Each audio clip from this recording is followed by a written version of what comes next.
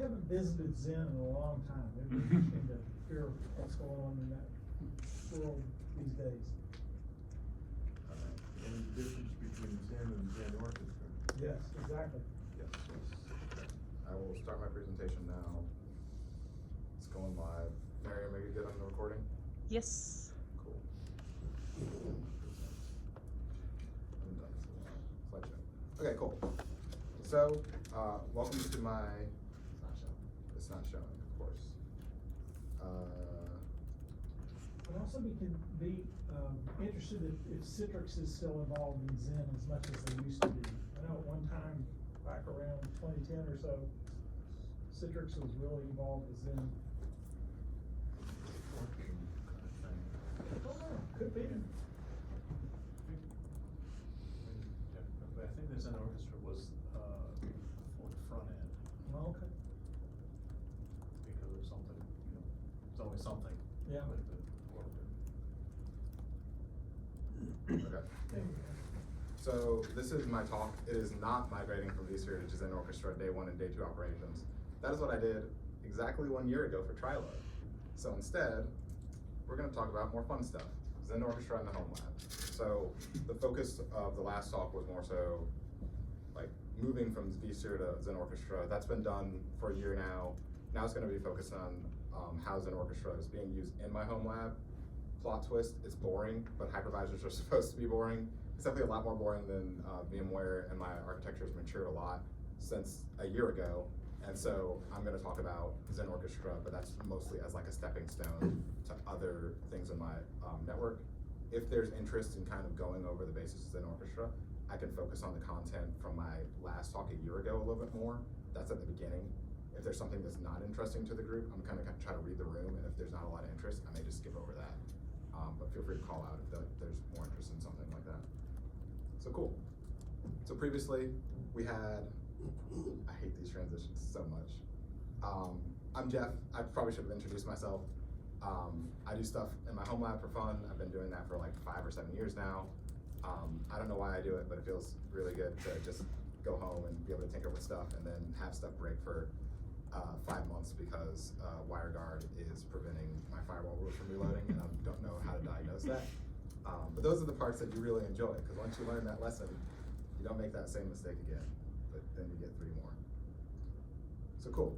So from the last time, we had like a problem solution of how we were working with, or why we wanted to move to Zen Orchestra, design architecture, exploring, and lessons learned.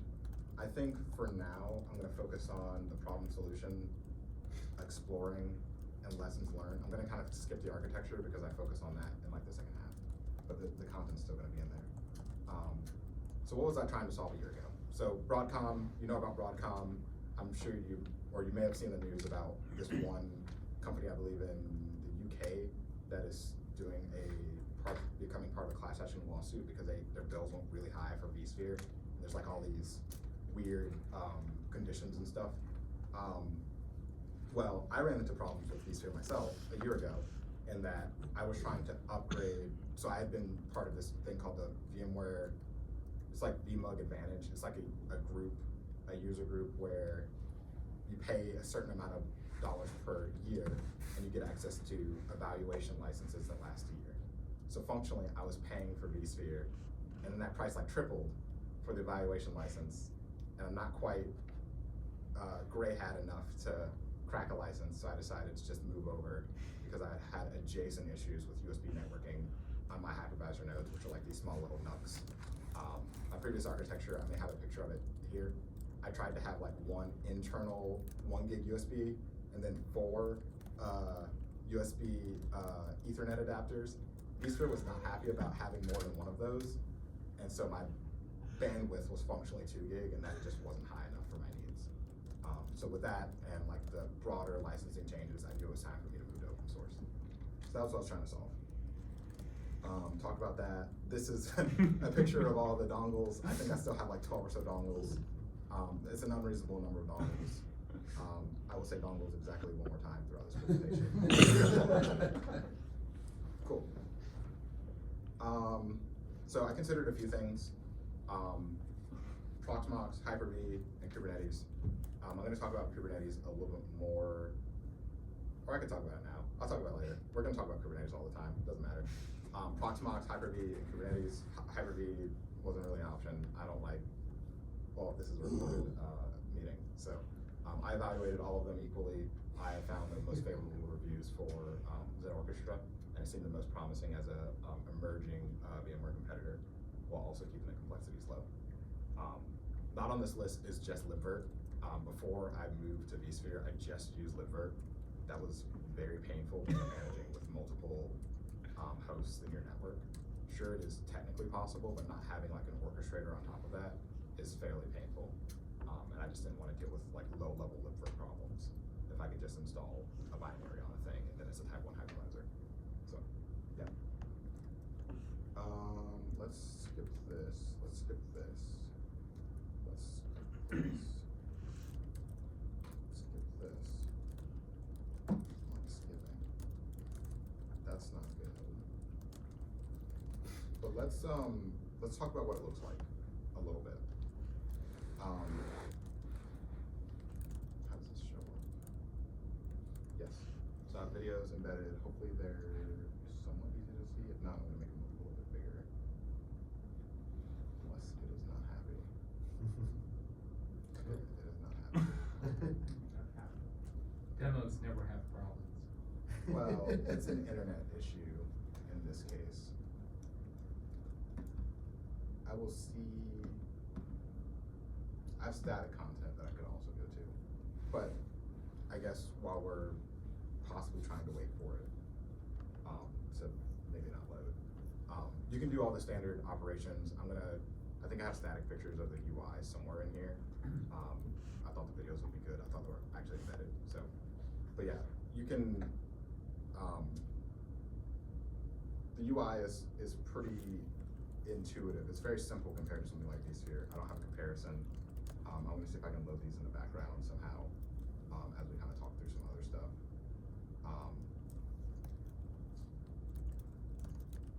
Let's see. Is this one? It's all videos. Wow. Is there like a free network that we can get into? I can try that. I will try that. I'm using my phone right now, but I think I should be fine to. Well, let us wrap up the bill. Yeah, I should be fine. And you don't have the videos local? No. So the problem, so I'm using Google Sheets, which was not what I wanted to do, but it extends the work I already did. And Google Sheets has a limitation where you have to have the content in Google Drive before you can. There's a count of poorly to be assigned to. Yeah. I think if you just open a new tab in your browser. Yeah, it's a new tab. Yeah. If you just go, yeah. Yeah. Well, hopefully this is better. So I will show the videos. There they go. That was better. So let's show these videos. For the recommendation, by the way. Yeah. You put yourself in viewing mode in the slideshow. Yep. Can you tell that it's been a while since I've done a presentation? I don't know. Cool. So yeah, so this is like, I don't think I can make it full screen. Is that visible at all? Yeah. Cool. So yeah, this is, I believe this is a demo of me going through these settings to like create a VM manually. So you still have like a lot of the same things. If you can, I believe this is manual via just like defining an ISO. So I guess while that's going through, I'm gonna place at 1.5 speed.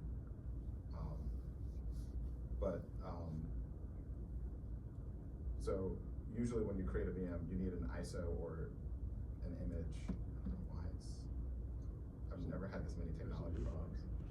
There we go. Cool. So usually when you're creating a VM, you create it from an ISO. So like you have an Ubuntu 22.04 ISO, you attach that to the VM you're creating.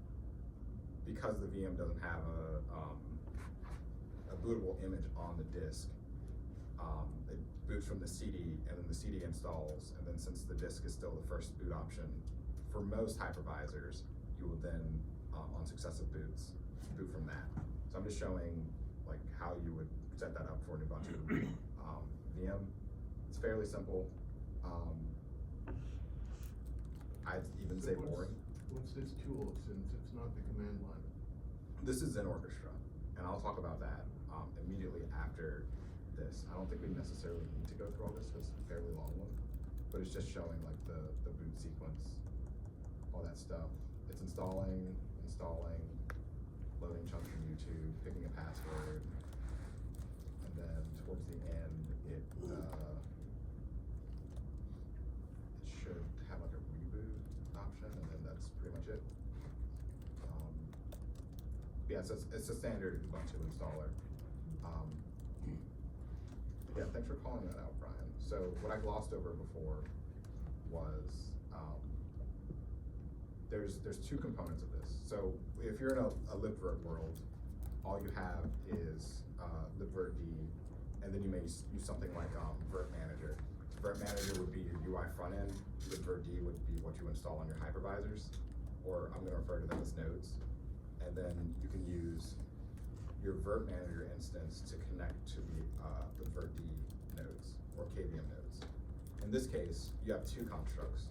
You have the hypervisor, which is XCPNG, which is analogous to what's it called? ESXi in VMware World. And then you have Xen Orchestra, which is the orchestrator on top of that, which is what you're seeing in that UI, which is analogous to vSphere. Or I guess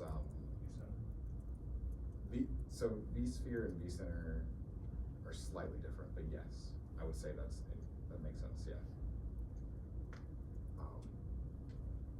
Another thing, does that kind of make sense? Are there any other questions around there? I guess additional context that's useful is that when you're working with, you deploy Xen Orchestra as a VM into your cluster. There's a little bit of like a bootstrap race condition. And I'll talk about some of the dynamics at play within the cluster probably a little bit later, if we're interested. This one is just doing a VM fast clone. So once you have a VM defined, you can also clone it. If this will go, it should be fine. But you can clone a VM from another VM. That VM becomes a template, and then you can run a fast clone operation, which I do believe does like a copy on write, and then from that template, and then your VM gradually over time diverges from the copy on write template and it gets bigger.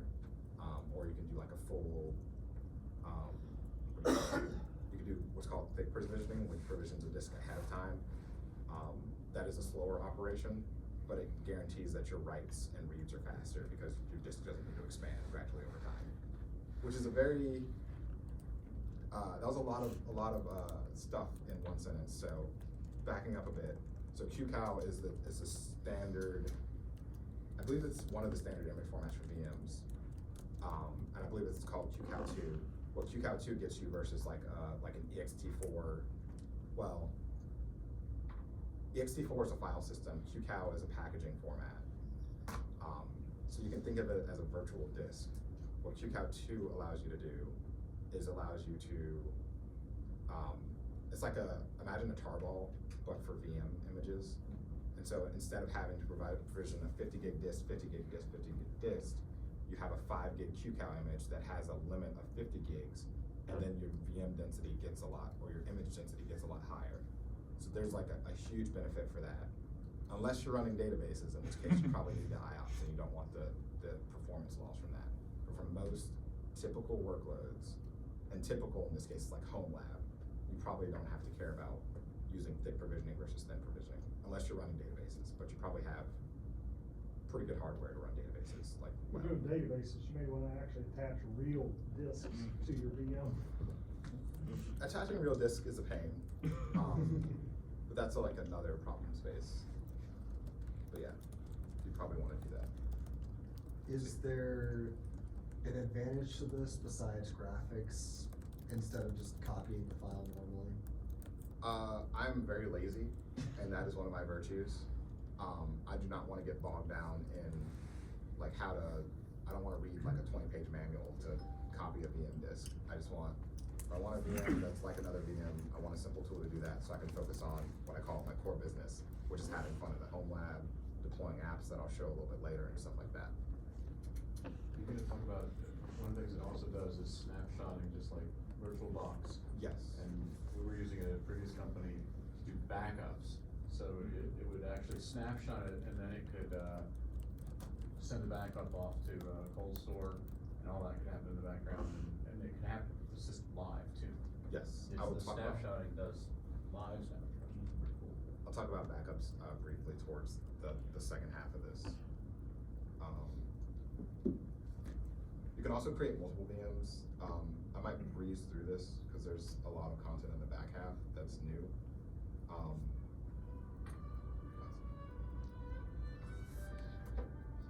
Does that mean multiple at the same time? Yes. Yeah. So I guess the important bits from this is that you have this multiple VMs toggle there, and you have a name pattern.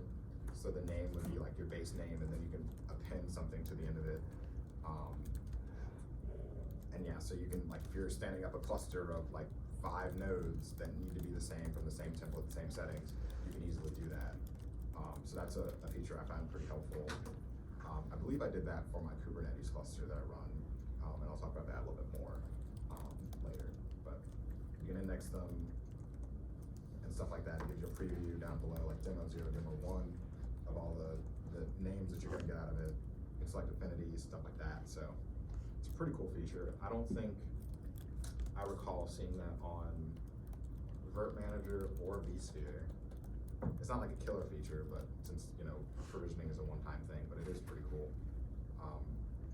If you were to do this via vSphere, what you'd do is you use like a Terraform for each loop and do it that way, which feels a little cleaner because you have it in like in a stateful way. And you can also, I'll show a tiny bit of Terraform here. I don't manage my VMs with Terraform because I just don't have enough of them. But yeah, that's kind of that. And I'm gonna undo the full screen.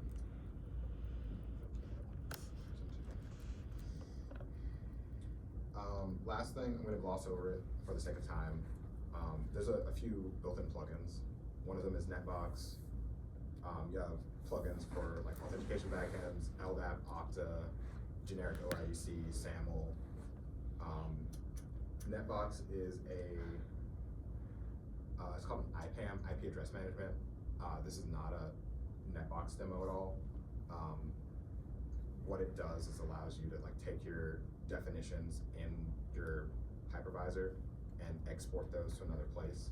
So if you have like VMs, IP space, physical connections, you can kind of server racks, you can map all that stuff within Netbox, and then you have like a really clean way to define your network.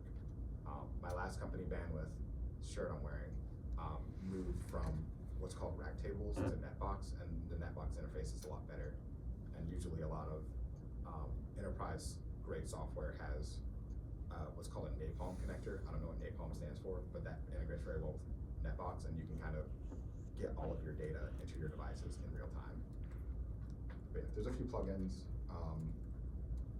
Let us skip over. I will talk about backups briefly. So we kind of talked about backups a little bit. Sorry about the grainy quality. NC State's throttling me probably from all these videos. But what's cool about backups here is that they're almost like cron jobs here in the Zen Orchestra interface. So you define the name of a backup, you define the remotes that you're exporting it to. In my case, which we'll see in a little bit, it's going to be an NFS server. You can define the pools. A pool is a group of one or more hypervisors in a site. In my architecture, I have 2 pools. I'll kind of talk about that a little bit later. But for the sake of anyone who is doing this, you should only have 1 pool. Pools have different constraints, like they should be Zen Orchestra strongly recommends that they have like very homogeneous hardware for pools. You can get around that, but you're gonna have to do some pre-provisioning steps to get around that. But you can back up, I have it very, very later in this. You can back up things like VMs, you can back up the pool metadata, which is like your database backend for it. And you can do that in really cool ways via tagging. I'm not sure if I show it here, but you can have tags for things like, I tag mine for like infra, production, non-production. And so you can say something like on the 3rd Monday of every every fifth of every odd numbered month on a backup my production things to here. And you can also do really cool things like automated, you can test your backups, so you can do automated restores, and you have like a lot of actions that you can do around those backups and snapshots that you take. Snapshots can be done live. If you have a very write-heavy or memory churn-heavy application, it will take a lot longer, because then you have to calculate a lot more deltas, but that's like really in the weeds, and that's a problem with anything. But yeah, that is that. You can do the backup. This is a picture of what the backup looks like on my NAS. It's like its own, it has its own schema for doing backups and stuff like that. It really doesn't matter to the end user. All that matters is that from the UI, you can then do operations on those backups. The files exist, and stuff like that. Let's skip metrics. Let's skip alerting. The important things to know here is that there is a, for those in the Prometheus and Grafana space, there is something called the Zen exporter, and that Zen exporter lets you connect to the Zen Orchestra API, get metrics, and then you can do alerts on those metrics. So like host, CPU, memory, VM count, network in and out are some things that you use from there. The advantage over using an API versus something like a node level, like SNMP exporter, is that you kind of have this aggregated in this one space. So as long as those nodes are in the cluster, you're gonna get metrics about each node as opposed to having to pull each node. So you kind of have like something central. And assuming that your like UI is highly available, that's slightly more reliable than relying on each node. Because your life cycle of your UI is likely gonna exceed the life cycle of your nodes. And so if you want to detect if a node is down, it's somewhat easier, arguably easier to detect from like the UI that's orchestrating than from the individual nodes. Still ways to get around it, but it's easier that way. All right, how was that? How are we feeling? That was a recap of content from a year ago. We have not gotten through the new stuff. Would we like to continue going down this a little bit? There's a little bit more content. Would we like to jump into maybe the new stuff and go from there? Were you gonna share something with Terraform here or later? Terraform's gonna be later. New stuff. Cool. Let's skip. There's gotchas, there's drawbacks to everything. That's life. I'm gonna start presenting again because these are skipped. Why is it? Okay. Apparently it is, if I present over skip slides, it does interesting things. But yeah, let's, I'm not even gonna go on a slideshow because I'm just gonna get on a slideshow in a second. So we're gonna walk through my Homelab journey from 2024 September until now. We kind of talked about LibSpert, vSphere, Zen Orchestra, but this part is going to focus on how Zen Orchestra fits into the broader Homelab and stuff like that. So like I mentioned before, it's going to be less Zen Orchestra, more everything else. A little bit of Kubernetes. I have not figured out how to access my Homelab remotely. I have VPN issues, and so I prepare a lot of content to kind of talk around that. And I have a lot of like static assets. It's gonna be a lot of diagrams. I'm gonna be talking to that for a little bit. Feel free to disagree with my architecture. I will try to justify. Are you saying you're doing less Zen Extra, or you're just gonna talk less about it and you're still using it the same way you were using it? I'm talking about how it integrates into the broader like Homelab, mostly. Yeah. But yeah, so I don't have pictures of this. I don't have the pictures of this bad boy on the right. But imagine, actually you don't even have to imagine. So this is my old firewall. I'm gonna pull up the spec sheet. So it's a Sonic Wall TZ Series Gen 7. I got excited because I got a place and I was like, I need another firewall. And it needs to be a dedicated firewall. And so I ended up getting what's called the Sonic Wall TZ 270. At the time, why I got it was because it had plenty of 1 gig USB ports. It let me have 1 or 2 VPN connections, which is all I really needed. It had a decent throughput, 2 gigs per second on firewall inspection. It had a lot of interesting other features. IPsec said it was 750 megabits per second. It's not. It's abysmal. So yeah, it made sense for the time. The interesting thing about Sonic Wall though is there are a lot of features that are gated behind licenses, and those licenses are very expensive. So if I wanted more than one VPN connection at a time, or more than 5 IPsec VPN connections, this one's HTTP based, this one's IPsec, it was gonna cost me several $100s, and I believe they're subscriptions and not necessarily just products. So there's a certain point where it just didn't make sense for me anymore, so I decided to get this let's see, hate that you have to imagine, but imagine my new firewall is like 2 of those stacked on top of each other. It has a fin stack because it's passively cooled. It has, I'll tell you about the connections and everything once we get the networking architecture, but instead of 8 times 1 gig, I believe it has like 25 gigs of throughput. So yeah, the firewall changing was kind of a driver to some broader architecture changes that I will talk about. So yeah, let's get back to this. So now that we have that context, I don't like trash talking KubeVirt, but as a Kubernetes guy, I always have to justify why I'm not using Kubernetes.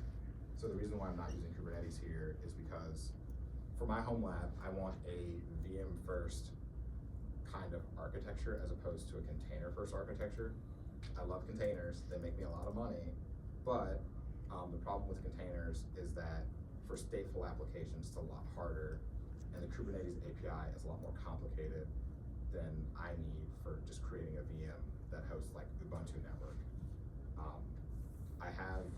I'll show you in the network diagram that's coming up, but I don't really run a lot of stuff on my Homelab, which kind of influenced some of these decisions that I made that I'll talk about a little later. So running a bare metal Kubernetes cluster that has APIs enabled to do VMs within Kubernetes just didn't make sense for me. So yeah. Did you get to take a look at Harvester? Harvester is a Rancher product. I cannot recall what Harvester does. It's basically a KubeVirt front end. No, I did not get a chance to look at that. It might be worth, and if you ever go back to revisit it, it might be worth looking at. I ran it for, well, I'm still running it, I guess. I just got a machine shut off after I retired, but I was running it up to the point I retired. And it was very serviceable, and I didn't have to get into the weeds with KubeVirt, which was nice. Makes sense. I'll have to give it a shot. Yeah. So, now what we're gonna talk about. This is the meat of the presentation. So all the diagrams that I put together today, or let's say a month ago.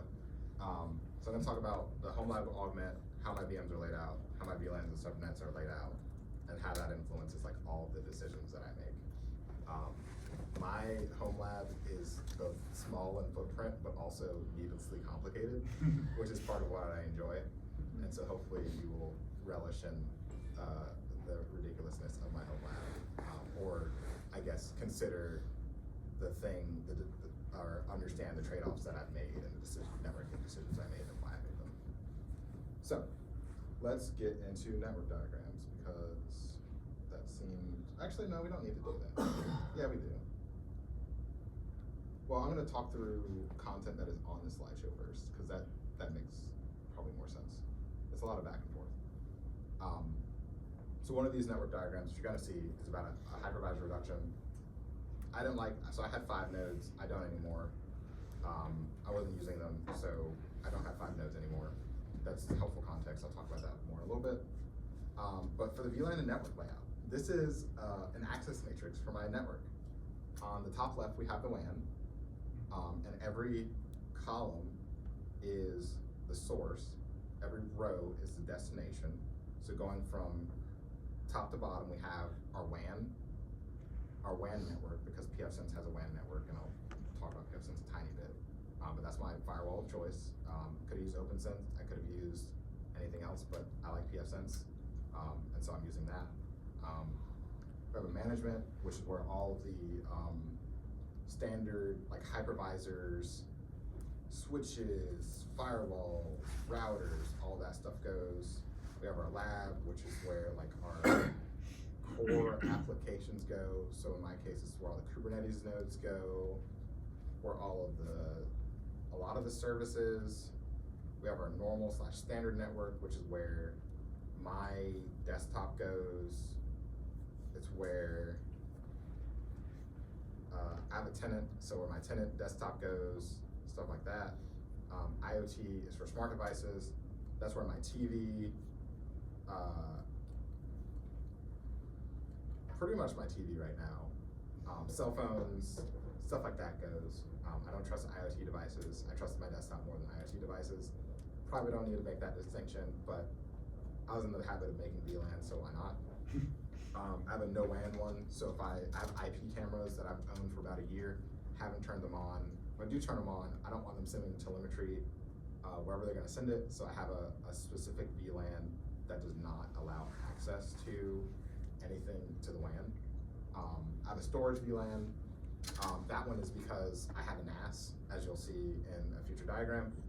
That NAS, it can reach the internet.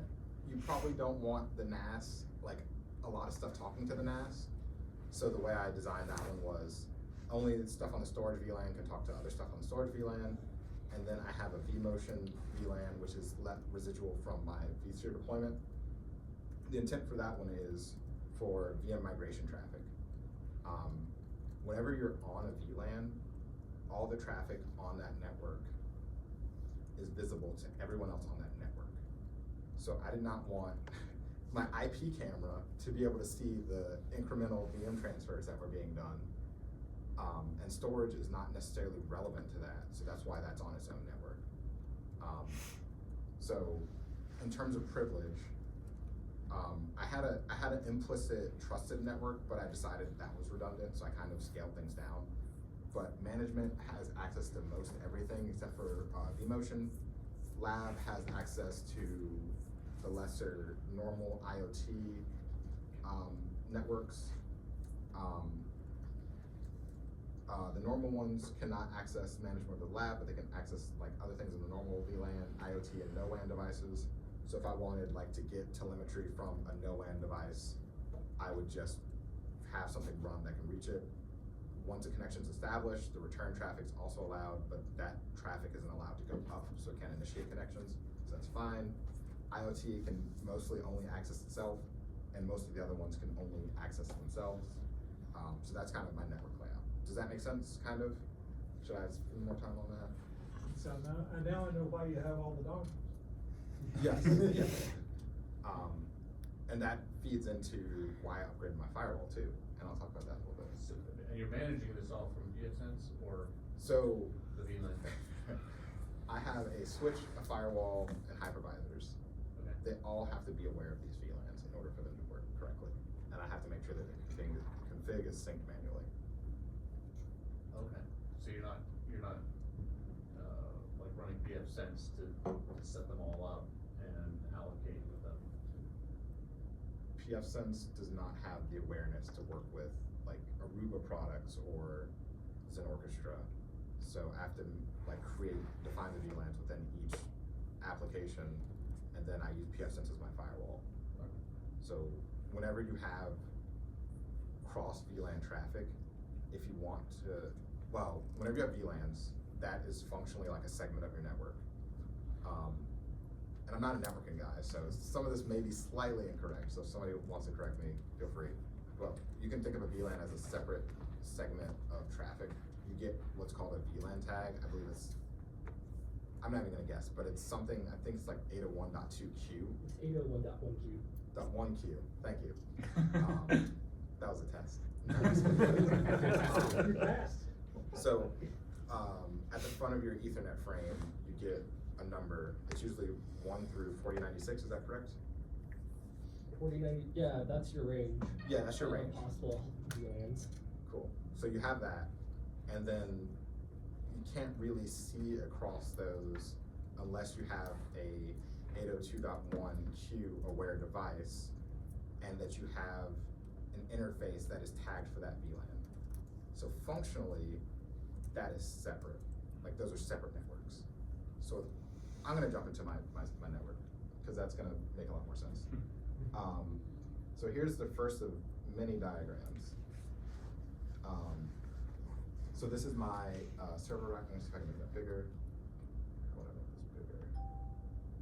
So this is my current Homelab, my server rack. So going from top to bottom, I have a patch panel, a switch. This is my bigger firewall.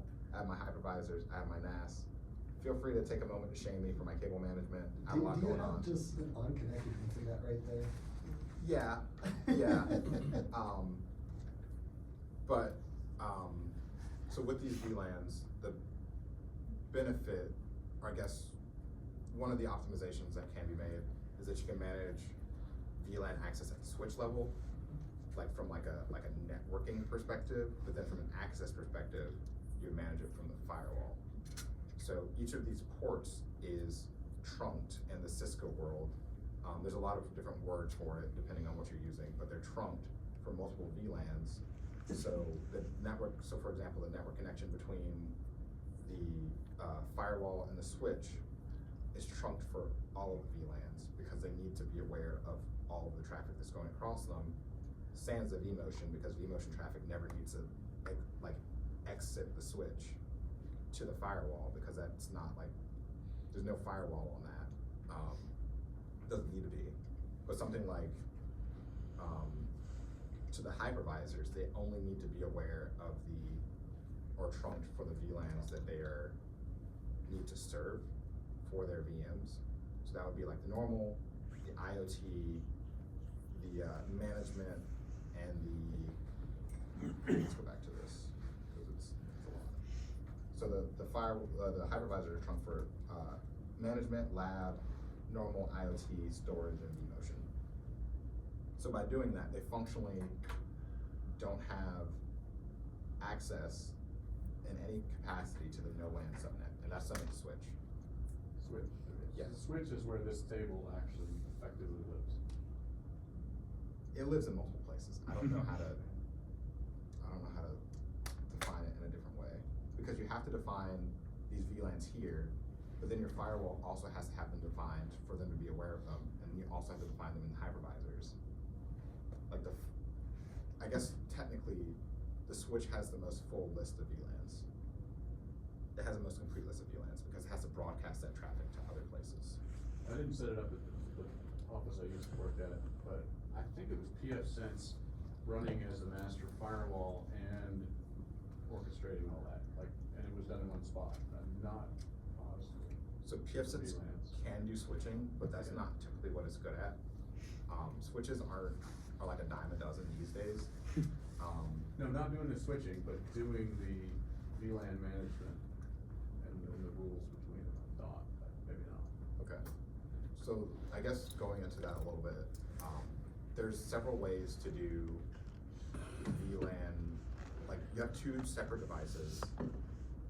Well, no, that's not relevant.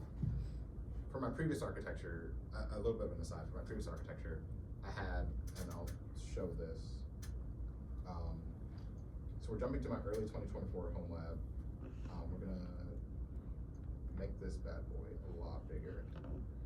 So between the firewall and the switch, so note this is firewall 01, the new iteration is firewall 02, because I'm not very creative. It had two 1 gig connections to it. I said that I'm using this to manage inter-VLAN traffic.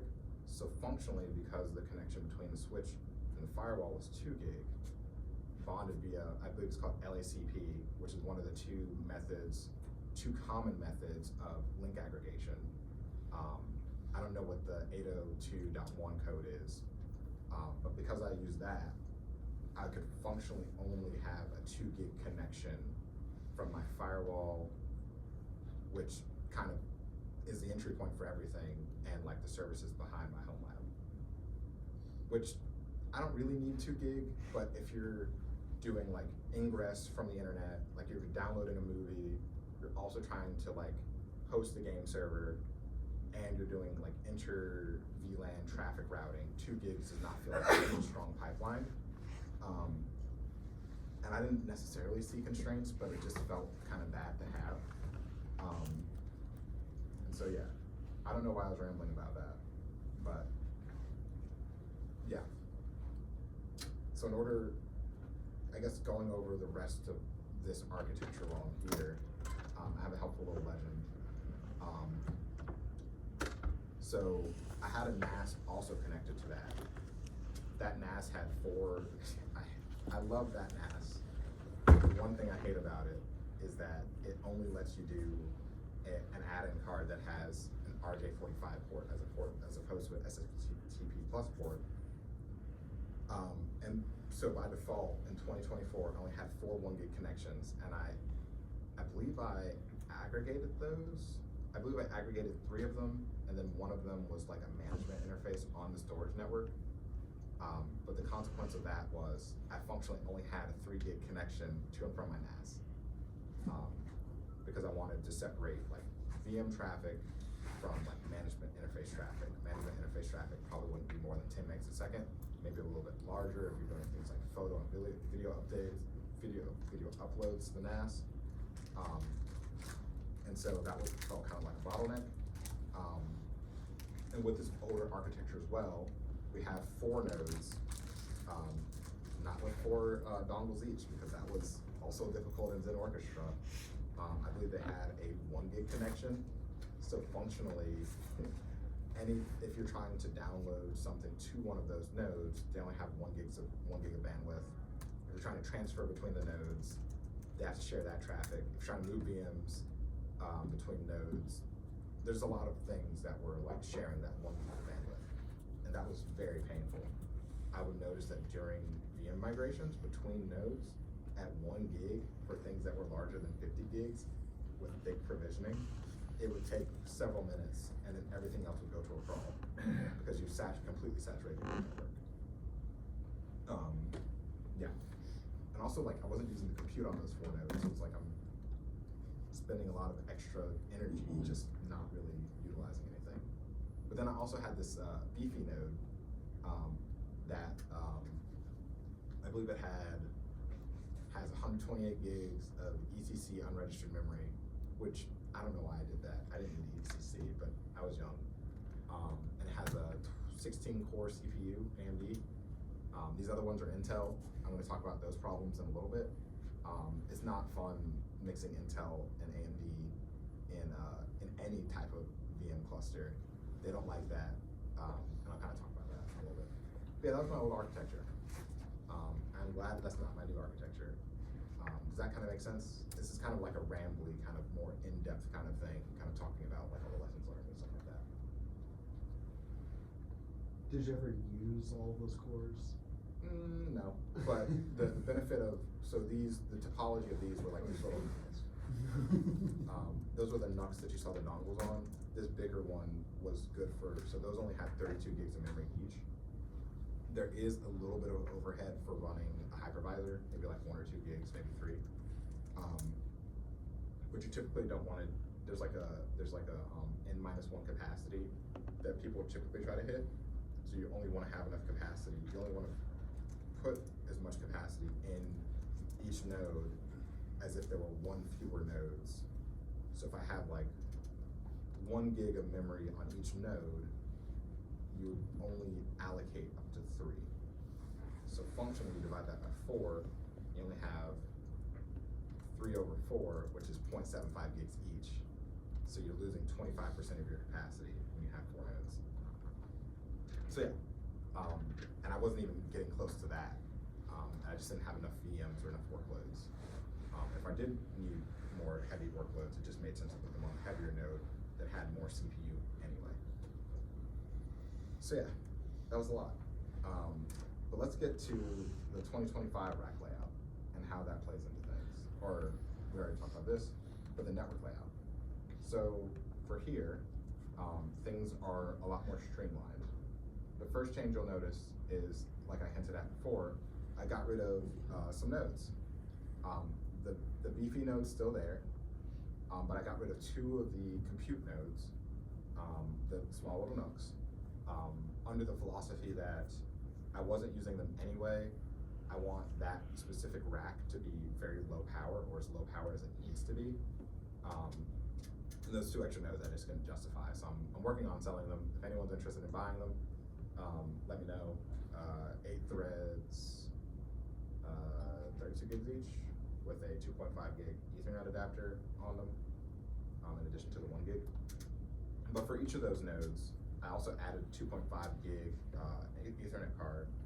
Apparently there's a special, for those who are familiar with M.2, or even if you're not, M.2 cards typically these days look like little sticks of gum. They're the size of sticks of gum. And there's different ways you can key them. Some of them are keyed for Wi-Fi cards, some of them are keyed for like PCIe, high bandwidth. Well, the nodes that I had, the small nodes, had a slot for what you could use for a 2.5 gig Ethernet adapter. So I put those in my nodes, and then I alleviated the VM migration / storage migration problem. So I effectively got 2.5 gigs to each of my nodes on non-management interfaces as opposed to 1 gig, which is, it's night and day when you have a 2.5 gig connection versus the 1 gig, especially when you're like, sure, I still saturate migrations, but there's like a 40 to 60% reduction in time that it would take to do the migration, so it's less spiky. So yeah, and to support, I had a weird issue with switching that I didn't really have. I had 1 gig ports on this first switch. I had 10 gig SFTP plus ports. SFTP plus ports, they're modular ports. You have to like code like different codes in there for like the different ports, like the different dongles you can put in there. But functionally, in most scenarios, they're more efficient than just running RJ45 connections. The most efficient, to the best of my knowledge, are called DACs, direct access cables, or direct access copper, or is it cable? It's cable. Direct access cable. So imagine you have, it almost looks like a USB port, or not a USB, like an Ethernet port, but you just, it's like I don't know how to describe it, but you have this thing this cable you can plug in on both sides. They can be coded differently, so you can plug it in 2 different devices, and then that is like much more energy efficient than connecting RJ45 or even connecting via SF, or what's the optical one? What is the fiber one? Not very familiar with the fiber. I've only worked with the copper, but like I've seen it and I know what you're talking about. Yeah. It's ONT. ONT. It's not ONT. No, not. I think it's OM4 or OM3, but I don't think it's ONT. ONT is like a box that you use to convert from like fiber to RJ45 that you get from boxes. So they're SFTP plus ports are much more power efficient than copper cables. There's some trade-offs with them, but for the most part, if you're in a data center using SFTP plus, but this device, my switch, only had 4 SFTP plus ports, and I had 4 nodes at the time. So what I did was I bought a smaller switch, an unmanaged switch, which took me way too long to figure out. I was looking for the IP address for like 3 hours, and I realized, oh, it's an unmanaged switch. It doesn't have an IP address because it doesn't need one. And as an interesting tangent, when you have some unmanaged switches don't support VLAN frames, but this one just forwards all the VLAN frames it gets to its upstream. It's a little janky, but it works. But you shouldn't rely on VLAN tagging on an unmanaged switch. But you can assume, in this case, that it is trunking all VLANs. So if it sees a VLAN tag, it just forwards that. But it was nice because it had 2.5 gig ports as opposed to 1 gig ports, so I wouldn't be throttled there. And then for the upstream, it has 10 gig SFTP plus ports that are then connected to my core switch. So I guess bringing this all together, so the hypervisors now had a 2.5 gig interface that I added to a switch that was dedicated for them, and then I linked that to the core switch. So functionally, if all 4 nodes were running, then I would still get a 10 gig connection to and from the switch, and they would not be throttled. So yeah, that was one change, or I guess that's a lot of changes. And that really helped the Zen Orchestra performance. I believe I had a slide like in the previous presentation where I showed like the spikiness and the duration of VM transfers. It's night and day. But with this extra firewall, so with this beefier firewall that can do 10 gig now, I also moved from just 2 by 1 gig via like LACP to a 10 gig connection via a DAC, direct access cable. And so now I have a 10 gig connection between my switch and my firewall. What that does is that if I'm doing a lot of inter-VLAN traffic or firewall rules, now I have very little risk of being throttled given the type of compute that I have. I highly doubt I have enough compute to saturate 2 gig link, but now I can kind of decouple firewall inspection or firewall rules or inter-VLAN traffic from just a normal like switch to router connection. So that was another huge benefit. So is that 2x by 1 gig right above the orange, is that actually going? Yeah, that's still going into the switch. Oh.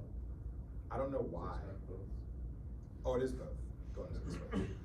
The switch is 24 plus 4 ports, and I had plenty of ports once I removed a few nodes. So I still have that 2 by 1 gig connection. It's kind of like a backup. But yeah, another interesting upgrade I did was I added that 10 gig add-in card to my NAS. The problem is that it's copper, and not only is copper, like having copper very expensive for SFTP plus ports, but also the I believe they're called transceivers, they're also really expensive. So a DAC cable would maybe cost me like $15–20. The RJ45 SFTP plus 10 gig capable transceiver cost me like $70 or $80. And that's for 1/2 of it. So as opposed to paying $15 for 2 halves, I'm paying $80 for 1/2, and it's probably too hot to touch. I've used thermal guns on it, it's really hot. And it probably affects the lifetime of that port. But that's the only solution I had with my NAS. Retooling my NAS would cost me way more than an $80 thing, or maybe even replacing my switch, so I kind of bit the bullet there. So now I don't have to necessarily worry about saturating that 3 gig connection, since I now have a dedicated 10 gig connection.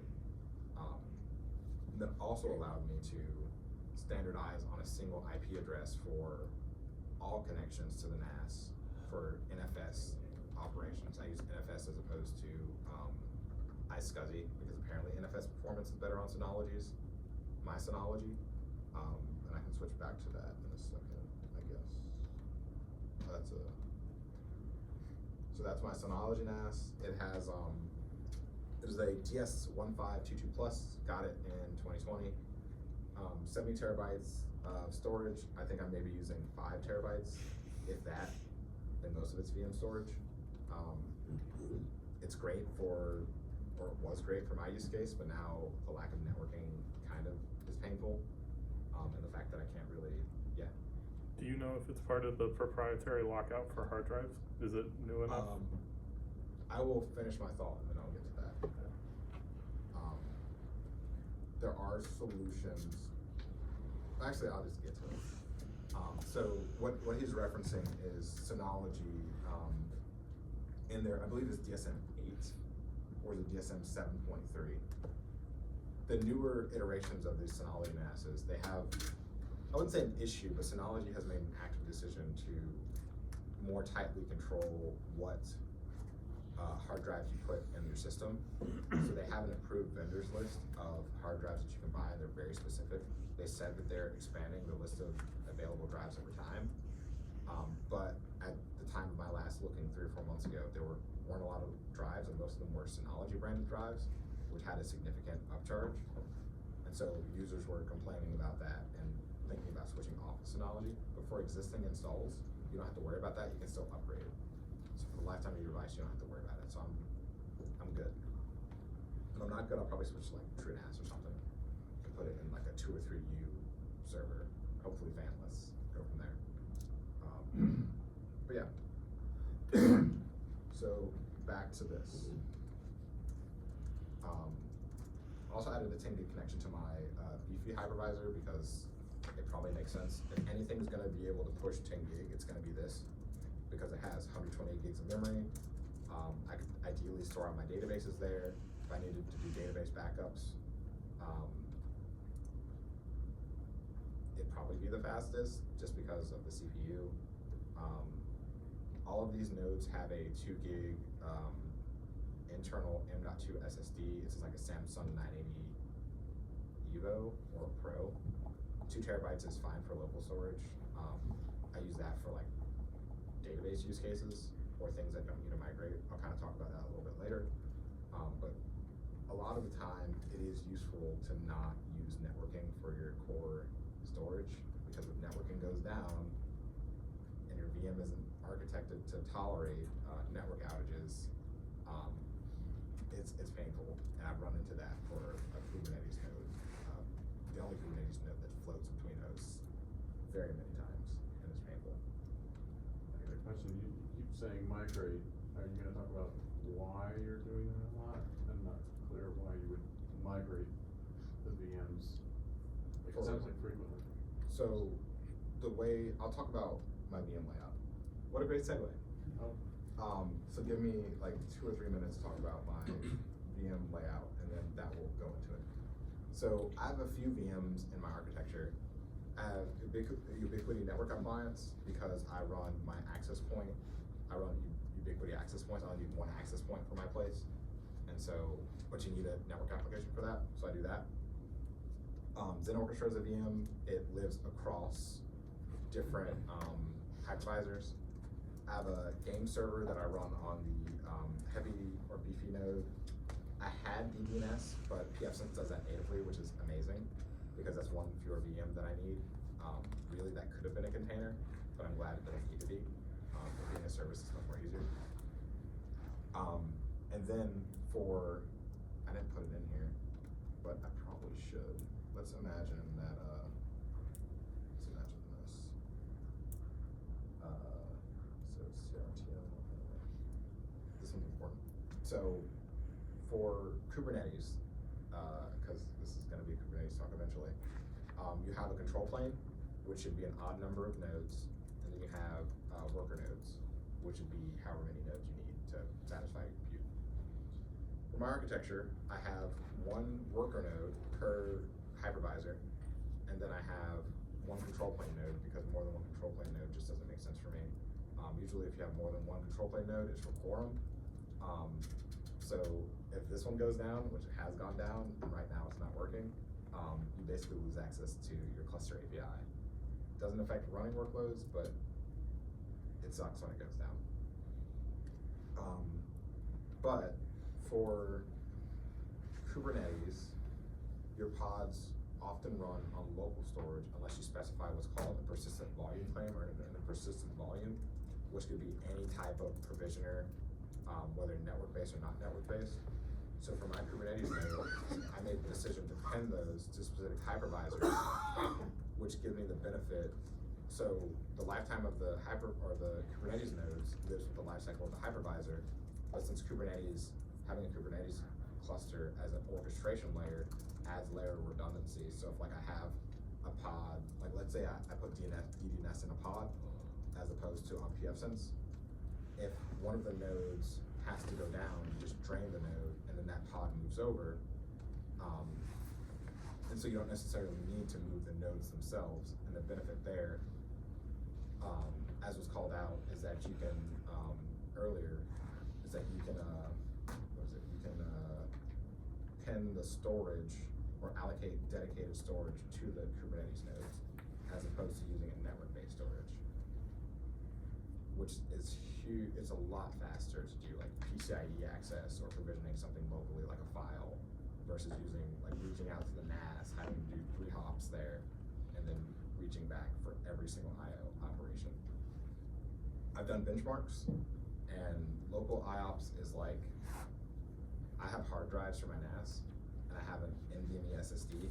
I believe that IOPS are like 100 to 1,000 times more when you access locally.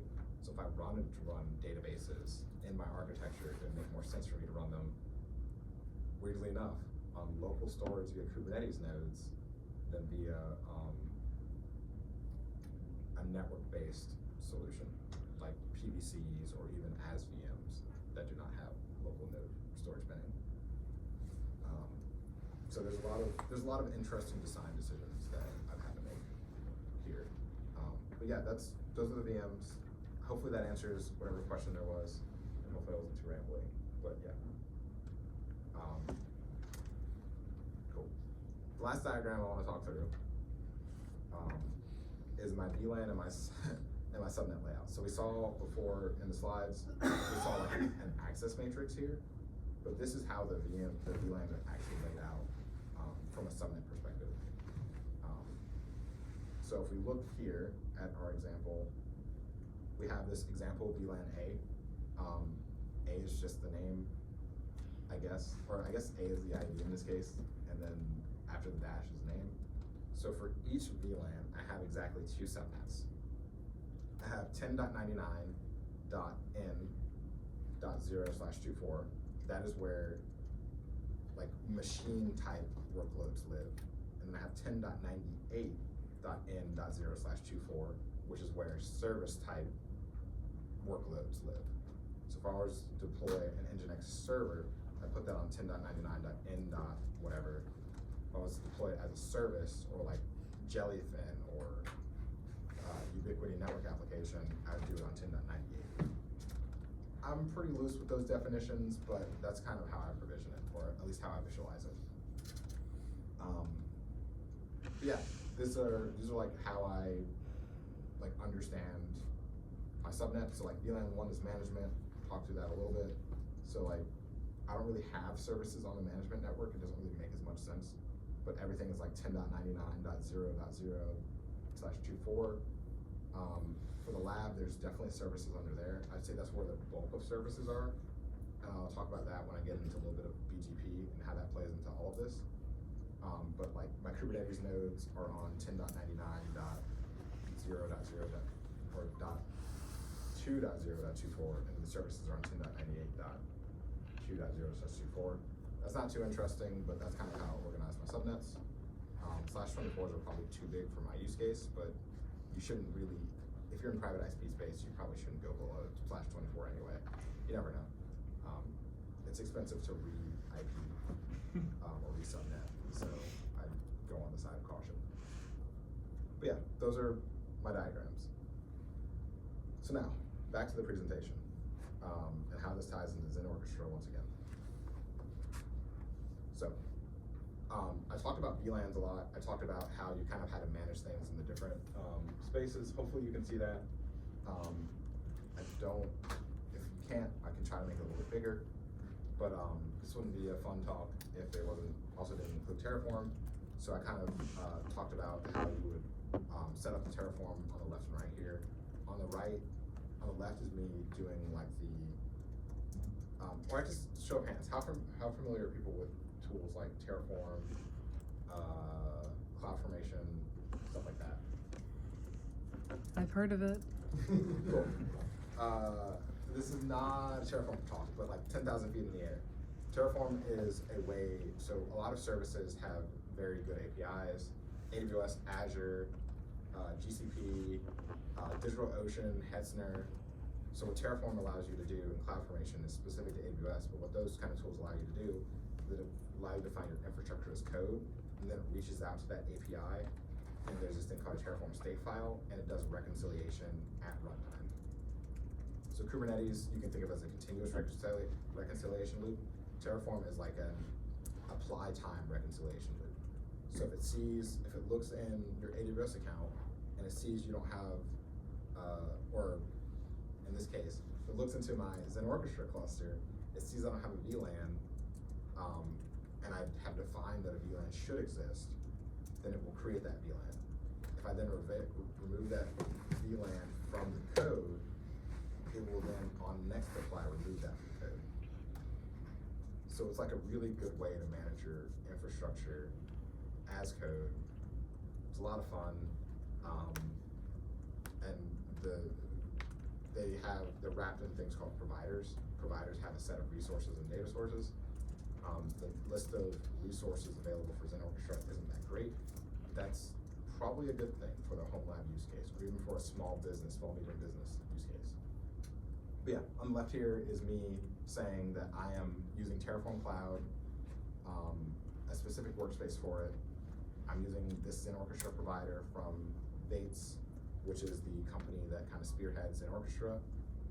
And then I provide credentials via variables, or references to variables, rather.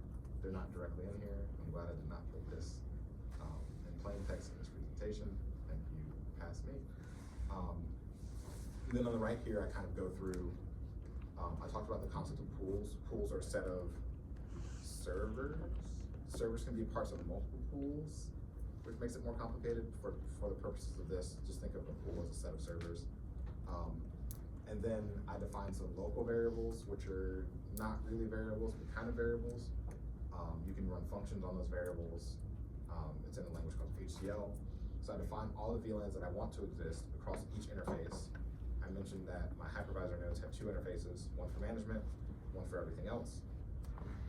I don't know why it's like that, but it doesn't matter. But yeah, so I define that, and then when I run a Terraform apply, it tried on the first time to create them. So it creates them with a label, which is functionally like a display name, or I guess that's a description. The pool that is connected to the source physical interface, I believe that's what PIP stands for, and then the actual VLAN that's being added. So I don't have a picture of what that looks like as it's applied, but you can trust that each of these nodes, like if I add a new node, all I'd have to do is, what would I have to do for this to add a new node?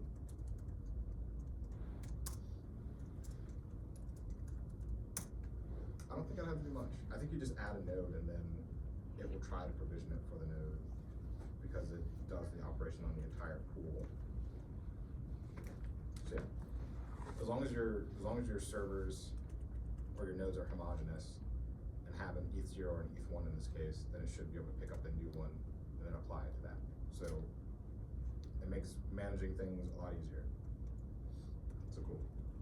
So now I'm going to show you kind of what the Terraform resources are in Zen Orchestra versus vSphere. So in Zen Orchestra, you have a VM. So from the UI, a lot earlier in the presentation, we saw that like I was creating VMs manually. I don't have a demo of like creating a VM via Terraform. It's possible. Once you have it down, you can kind of copy that Terraform code and use it to create more VMs. Like I mentioned earlier, you use a for each loop in Terraform. Not a Terraform talk, but there's constructs to kind of do looping. VDI is a disk image, resource set. I don't really understand that. Network is like the VLAN that we saw before. You don't really need to have a VLAN, but it's nice too, since I'm separating things based on architecture. Cloud config, I don't know what that is. I don't know what bonded network is. I don't know what an ACL is, but I believe that's like user permissions. Like myself, Jeff, can't create things with the tag production. That's the kind of things I think you could express with an ACL. Not useful for me because I'm a one-person team. But yeah, and then on the right here, we look at all the vSphere resources and data sources. So I'll play it again because it's pretty short, but it's a lot. So this API is a lot less robust, but that's all right because it's a Homelab use case, and really you're probably going to be working with VMs, maybe disk images from Terraform anyway, and probably networks. You should probably capture your network from Terraform. So it's a lot simpler, but that's a good thing in our case because vSphere is a beast, Hyper-V is a beast, Liver can be a beast, but at the very least having a stable API that you can use to provision things is really nice. Cool. Next slide. So this is where we start getting into like another cliff of very interesting material. I can't figure out how to. Sure, it'll just be like this. That's fine.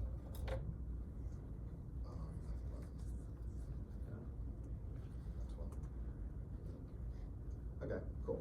So for my architecture, I alluded to having Kubernetes, and so in my Kubernetes architecture, which I probably should have made a diagram for now that I think about it,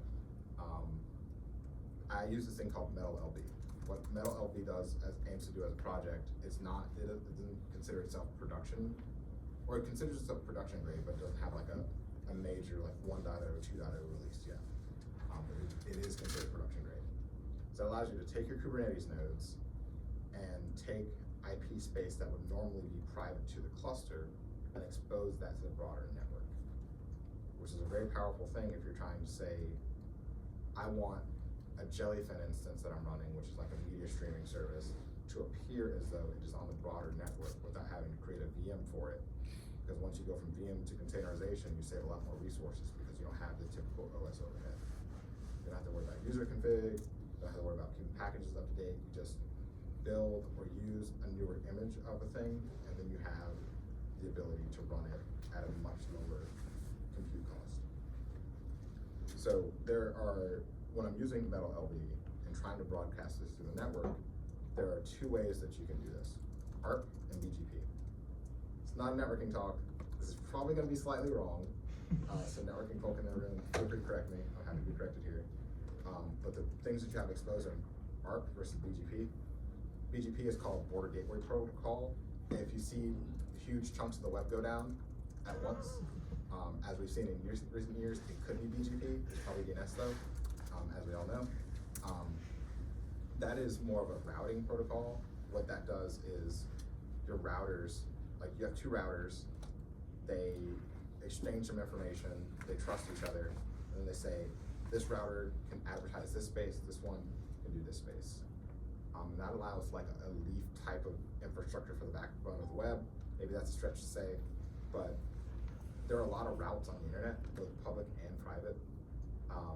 And so sometimes you just give bigger chunks to different routers and say, you can manage your own space. You don't have to announce what you have, which is the alternative in ARP. An ARP request, as I've seen it in Wireshark, is you ask, so like when you do, what is it? I don't think it's a ping. Well, sometimes when you do a ping. There's ARP ping. There's an ARP ping. But when you're, like, let's say I'm 10.10.10.0, and I wanna reach 10.10. The next one in the address, the next linear one, let's say dot 2. Before you know what that is, you have to ask the entire network that you're in, who has this next IP? And once you have that, you put that in your local cache, and then you know what MAC address to talk to, but the traffic is still viewable by everyone on the network. But in order to know who has a thing, you have to ask for it first. So if I then get a 10.0, I don't know which one, like a .10 address at the end, like a new thing got onboarded, people would, or other peers would then have to do ARP requests to understand who has it. And every so often you're sending those ARP requests, so as the number of devices goes up, the number of ARP requests within the network goes up exponentially. Or I guess it's linear, based on the number of devices. Let's not say exponential. The problem with that is that it's noisy. And I believe anyone can announce that they have any address, and I believe it's first come, first serve, unless you have a firewall or other device within the network that has an ARP table already. And if there are conflicts, it's a problem. So for my network, where I trust my Kubernetes nodes to a certain degree, and I definitely trust my firewall because I have to. I opted for, originally I'd used ARP, but then I opted for BGP because it seemed interesting. And so my router and my Kubernetes nodes via the Metal LB, whatever you call it, Metal LB, agreed on an address space that could be advertised for Kubernetes for the Kubernetes services. That's a lot. So I'm gonna pause here for questions. My next slide is gonna be exposing services and talk about this a little bit more. But does that kind of make sense? BGP guesses less versus ARP. ARP lets you, it's faster to set up. It's somewhat, at my scale, everything's gonna be the same performance functionally, but it's less noise in the network. which is what I cared about for like things like monitoring that I don't do very well, but you know, if I cared about it, I wouldn't want to see ARC requests all the time. But yeah, that's that. Yeah. So, what physical node or what logical entities are communicating with BGP, your firewall and metal LB? Yes. Okay. So the way it works is, we go back to this. Yeah. So the firewall and each Kubernetes node within the hypervisor, which is presented as an IP on the management net subnet, as we see here, are all BGP peers. Right. And I'm sorry, the Kubernetes terminology always pushed me out. Kubernetes node is like the thing that has all the containers inside of it. The house all, yes. Okay. Kubernetes node is has a bunch of containers. Yeah, cool. So, Makes but sense. doing that, it's easier to expose services, kind of, and it's fun to learn BGP It is. and what not to do. So that's why I did it. And in order to do that, tie that back into Zen Orchestra, I have to let Kubernetes nodes. What do I have to do for Kubernetes nodes? So Kubernetes nodes, so these Zen Orchestra nodes is an overloaded term. My apologies, not my fault though. They have a management VLAN. They have an interface that does the management traffic. So for that, I choose to give the Kubernetes nodes a network interface on that same physical interface, or I guess logical interface, since it has to do with VLANs. And so they get IPs on the same subnet / VLAN, because Zen Orchestra has the correct subnets trunk, or the correct VLANs trunk to it, so it has those IP spaces available to pass on to VMs. If that makes sense. So you trunk things from your switch to everything else, and then they can hand out what they want to do for dependent things. If you don't have it trunked, you can't pass it along. So I have a picture of what it looks like from the PFSense point of view. So they call them neighbors or peers. I'm probably using the wrong terminology, that's fine. This isn't a BGP talk. But yeah, so from the PFSense side, you have a group. The PFSense interface is very weird for this, but you can specify like an empty group, and you can add things to that group based on their IP. I don't exactly show what is routed or what BGP routes are offered from these worker nodes, but I believe it's 10.98.2.0/24. Like I said here, as per my fancy diagram here. And that's why the diagramming is super important, because if you're inconsistent with any of this, you're gonna have traffic that likely just you don't see it. So then you have to debug, oh, did I make sure I mapped these correctly or stuff like that?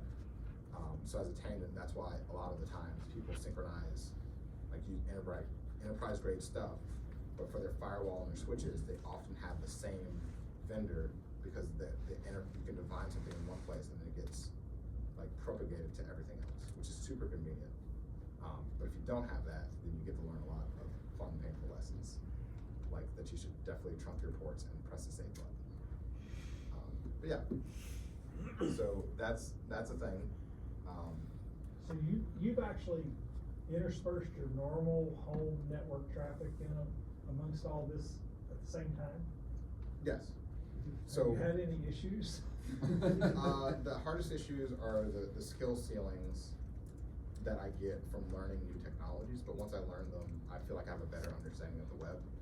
As you can see from this diagram, I'm not necessarily doing BGP for the more, I would say, privileged networks. I'm just doing it for the lab and the services, or the lab and the lab services subnets within the lab VLAN, because I don't really have a use case for like making IoT services quite as much. I mean, the boss would kill me if her phone stopped working. Yeah.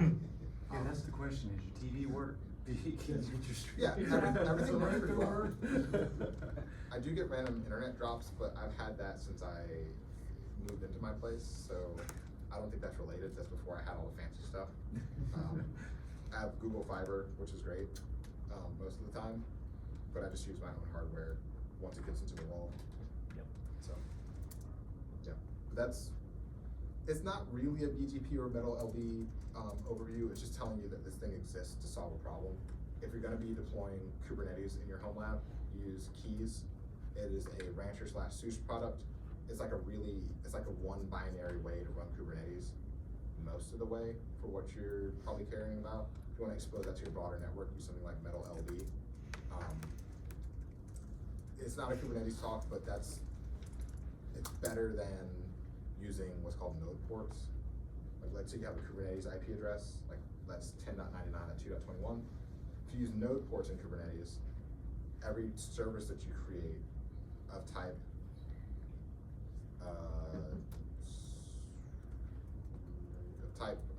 service with subtype node port would have a port on that host. But if you use something like ARP or Layer 2 or BGP, you would get an actual IP address in your IP space. So it's a little cleaner. If you don't need that, if you have like a load balancer in front of your Kubernetes nodes, then you can just point to those static node ports on your Kubernetes nodes and then have a load balancer handle the rest. So it's a trade-off, but my firewall is beefy enough that I can do BGP, so I can do BGP, you know? Why not? Yes. And just so I remember your architecture, your Kubernetes nodes are running on virtual machines? Yes, my Kubernetes, I'll go back to that. I might gloss over that a little bit. Yes, so my Kubernetes nodes are run on virtual machines.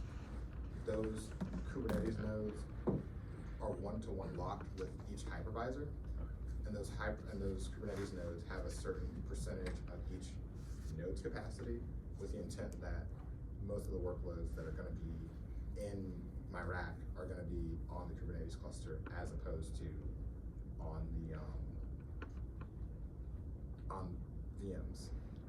I mean, technically they're in VMs, but it's a little different. So cool. If anything, you've made me feel better because I thought my home network was complicated. You're on a completely different scale than me. It's fun. It has problems, but those problems also present interesting solutions as well. And I'll talk about one of them since you brought it up. So, how do we install, I guess before we get to that, how do I get to that point? So I install metal LB from the Helm chart. Helm is, I guess, one of the two standard ways of deploying Kubernetes applications. You have that and Customize. Customize uses YAML manifests and kind of composes them using some unique logic. Helm uses Go templates, which is a little different. I personally prefer Helm. A lot of people will disagree that Helm is better than Customize. We don't have to argue about this. I see the benefits of both, but when you can't test how you render your manifest, it's kind of painful. You determine how you want to use metal LB, L2 or BGP mode. You should probably use L2 until you have a reason to use BGP, until you have the hardware to use BGP. Create your manifest, which I'll show you in a little bit. You configure BGP peer, then you annotate your services. I'll show you a little bit of all of that right now. So we're over in IntelliJ land. I'm gonna try, let's see, we need a implementation mode. So right here we have an IP address pool manifest.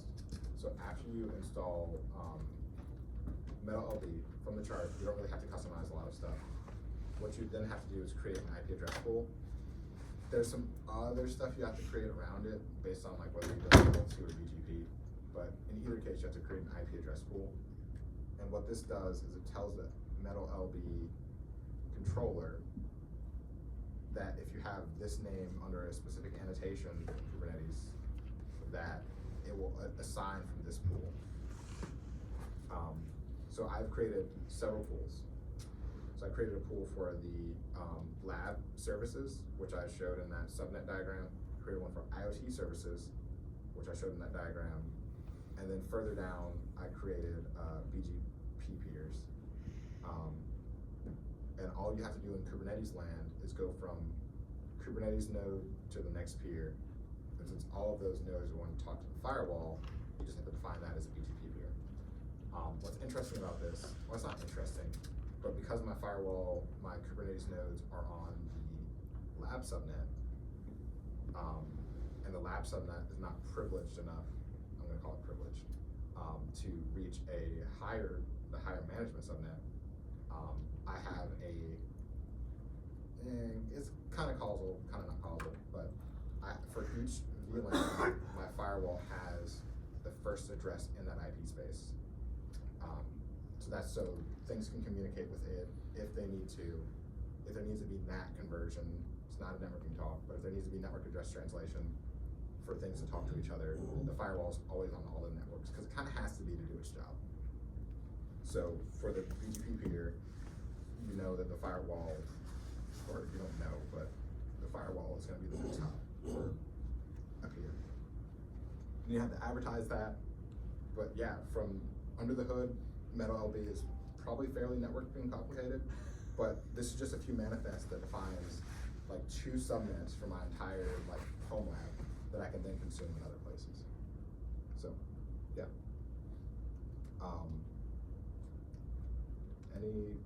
I guess I can show you like an implementation of that as well.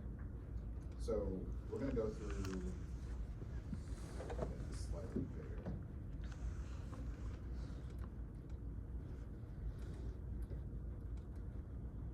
So let's make this 115. So, or maybe not. Let's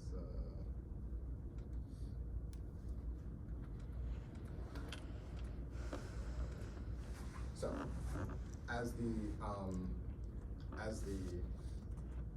what do you call it? As the exemplar service that I use with this, I decided to install and run Jellyfin.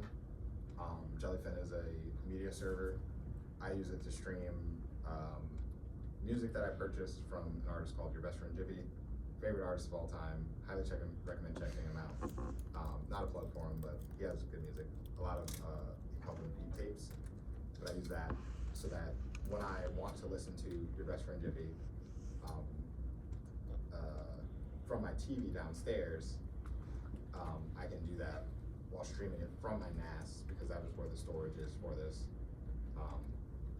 But yeah, so walking through this example, so I define a persistent volume, which can have persistent volumes give you a little bit more flexibility to persistent volume claims. They just say that Kubernetes is aware of storage that is in a place. So in this case, what I'm doing is I'm saying that my NAS has a path. I want to read and write it. And it has another path that I also want to, and then the persistent volume claim says that I want to use that persistent volume that I just created, reference that, and then that will kind of bind it into the cluster.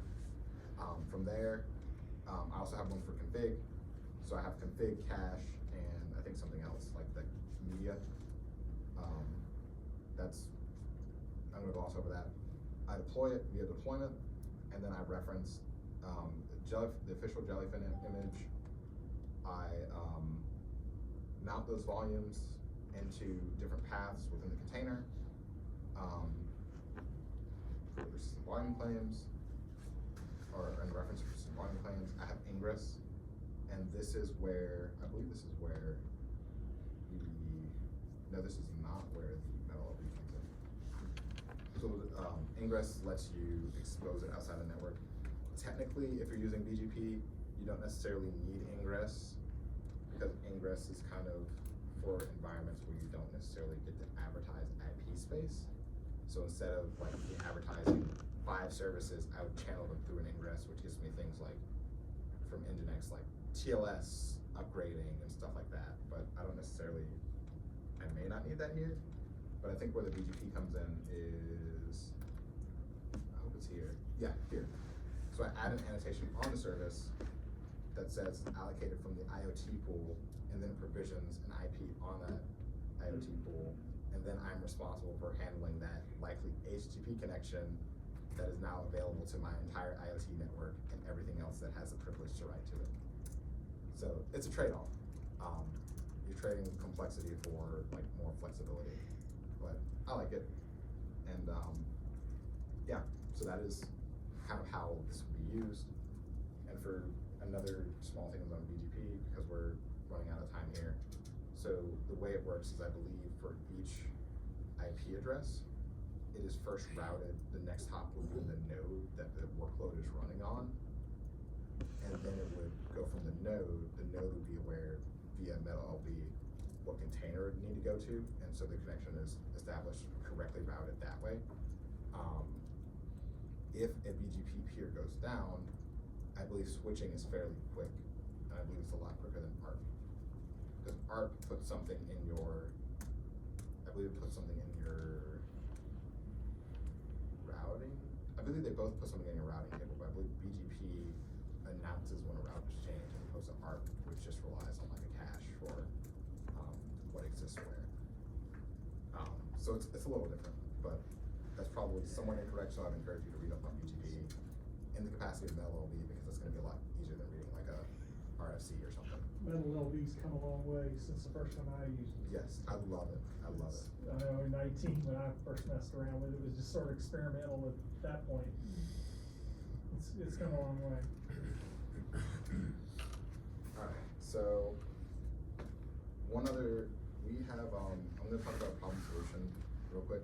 So I mentioned that I have an AMD server, then I have, or AMD node, and I have a, 2 Intel nodes for my hypervisor. So Zen Orchestra really likes homogeneous clusters. If it doesn't have homogeneous clusters, I encourage you to make them homogeneous, like the same network interface name, stuff like that. Same username and password for all the nodes in the pool, which is a weird one, but I guess. So I've never run across any hypervisor that didn't want homogeneous nodes. Yeah.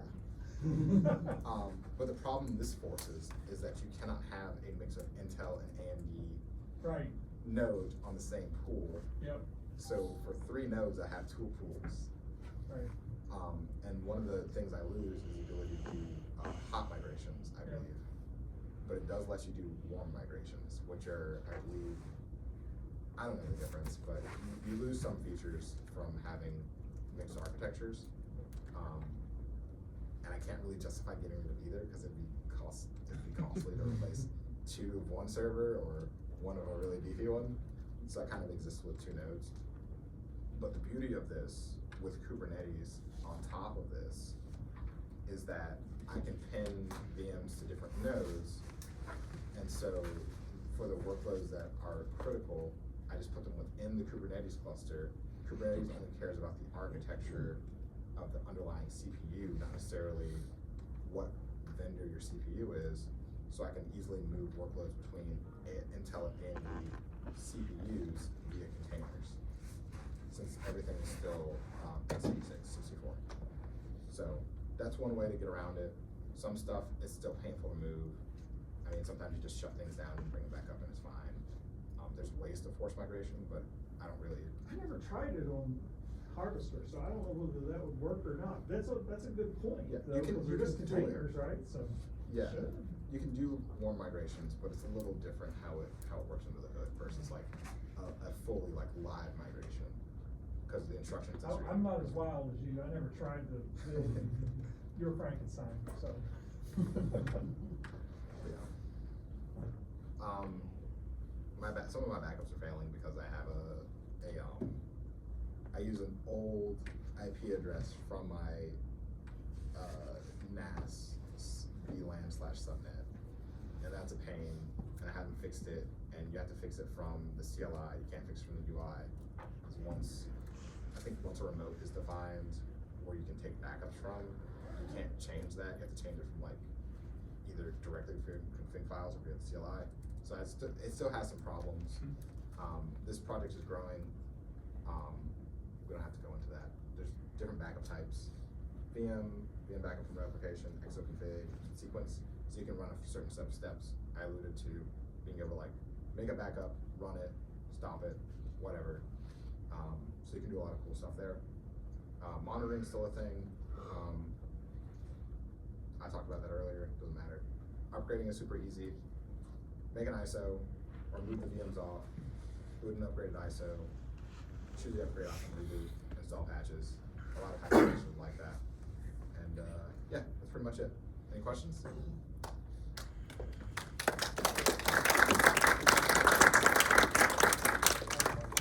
Yes. Do you know if it's possible to reallocate resources? Yes. So there's two ways of doing resources in Orchestra. You can do static memory assignment, or you can do memory ballooning. I believe a lot of hypervisors allow you to do memory ballooning, including libvirt. I like the idea of allocating the resources statically. You can specify in the UI, which I know, like, I don't have pictures of or access to. You can specify like the min and max memory. You specify your min at your max, then functionally you allocate all your memory ahead of time. So I definitely do that for Kubernetes nodes. For VMs running on an Orchestra, maybe you don't need to do that as much, because they can fluctuate. But it all depends on if you're gonna over provision or not. If you're gonna over provision, then obviously you can't provision all of your memory ahead of time. So, What's your opinion as far as the robustness of them in the enterprise environment? So that's a very good question. And this is probably one of the most important points. So when I was choosing between vendors, I guess vendors, I don't know, I'm thinking enterprise here. One of the things is support. So Proxmox works on new support hours, no matter what your tier is. Bates has a 24/7 option available. So what is more likely to happen is that more enterprises outside of the EU, or I guess rather in the US, are going to move from vSphere to Zen Orchestra versus vSphere to Proxmox, because Proxmox does not have that 24/7 critical support that you would need for an enterprise. And so I'm gambling that Zen Orchestra is going to get faster and better updates than Proxmox because of that support model. Who's the organization behind Zen these days? Bates. Who is it? Bates. Bates. Yes. So Zen Orchestra is a fork of Zen Server, and they have XCPNG as the hypervisor, and then Zen Orchestra as an orchestration tool. So yeah, it's pretty good. I like it. It's simple. I think one of the things I've suffered from in the past is making things way too complicated, but Zen Orchestra feels simple now. So speaking of making things complicated, what's the next unnecessary upgrade for your Homelab? It has to be, I have to make the node CPUs homogeneous so that I can reduce the number of pools from 2 to 1. And I also have to fix the backups, because the backups probably aren't working well. So, How are you gonna fix the pools if not with procurement? I'm hoping that I can acquire maybe a Intel laptop. Because Nux would use the same type of CPUs as a laptop, so maybe like an old Inspiron, an old ThinkPad. It'd be janky, but as long as it has 2 SODIMM slots, and I can slot in 64 gigs, it still satisfy that heavy workload use case, while also reducing the complexity of my stack. So you're changing your hardware, and then you're fixing your backups. I don't really use that. Do you just back up to the NAS, or do you do? I back up to the NAS, yeah. Ideally, I'd have a pipeline that's backed up from the NAS to Google Drive for important stuff. And then I have to encrypt it and stuff like that, and that's a pain. You should do it. You should definitely do a 3-2-1 backup, 3 copies, 2 locations, 1 on site. But this isn't really too important for me, so I'd rather play the game that came out today. So I'm gonna do that. Talking about networking and non-networking talk, did you ever have to configure anything with like jumbo frames or anything for faster file downloads? So I actually had to consider that. Jumbo frames are 9K and above packet sizes. Typically you get, what's a typical size? It's like 1,000 and some change for packets, right? About like MTU or? MTU. Like Typical 1500? 1500. So maximum transition unit is the maximum size of a packet. I don't know how to define packets, but like the smallest unit of work in the network. Typically you have 1500. If you're doing things like iSCSI, maybe like larger file transfers, NAS, SAN stuff, you probably want jumbo frames on, which gives you like 9K and above. My NAS does not support jumbo frames, which means functionally that my entire stack does not support jumbo frames, because that would be the main use case. With bigger frames, you would get the ability to send larger chunk or larger, you have to send fewer packets, which would reduce the networking overhead for larger file transfers, or if you're like doing VM stuff, it'd be a lot more performant. But since my NAS doesn't support it, I don't really have to consider it for the rest of my stack. I would bet at your scale you wouldn't notice it much. Probably not. I can't even saturate the 10 gig connection because my hard drive is too slow. So with all your Homelab iterations from the beginning, with like creating and then maintaining, how many hours have you put into it? Probably. And it's mostly been on PFSense. I always have severe PFSense problems that take weeks to figure out. So yeah. How many did you say? Hundreds probably. Oh. I mean, this has had like 4 or 5 iterations. I had one server under my bed, Intel, 2 times 6 cores, 128 gigs of DDR3. I had this beefy server, and then I had like a bunch of these, like 4 nodes plus the beefy server, 4 nodes without the beefy server. Now I have 2 nodes in the beefy server. So it's gone through a few iterations, but this is the one I'm happiest with because I understand the stack a little bit better. So In a few years or a decade? I can see myself moving to like 1 or 2 years, but my primary concern for this stack is when I'm making it was I want it to be low power, low heat, low noise. So unless I can justify more compute needs, which I probably don't for my network, I don't see myself changing this architecture away from NUCs anytime soon. Because NUCs are like the new Raspberry Pis in my opinion. Get them for free for work too. Yeah, I think these were like $100, $150 a piece for 32 gigs of threads, which isn't bad.